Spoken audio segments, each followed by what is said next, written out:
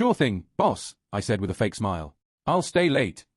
Greg walked away, satisfied that he had asserted his power. What he didn't realize was that I had read the company handbook front to back. While it stated that salaried employees weren't paid overtime, it also mentioned that any work done beyond regular hours must be recorded for productivity tracking.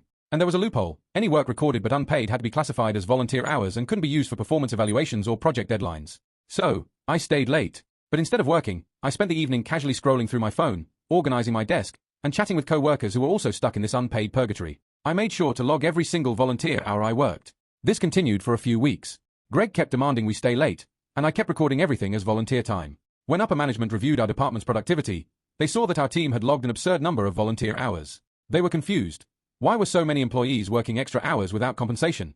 The head of HR called an emergency meeting with Greg and the department heads. I wasn't in that meeting, but according to an insider, HR tore into Greg. They reminded him that unpaid labor was against company policy and that manipulating employees into working off the clock could lead to legal trouble. Greg tried to argue that it was all voluntary, but HR wasn't having it. They pulled up all the logged hours and asked why so much volunteering was happening in only his department. In the end, Greg was given a choice: either compensate employees for all recorded overtime or stop forcing people to stay late. The very next day, Greg held a meeting, his face red with frustration.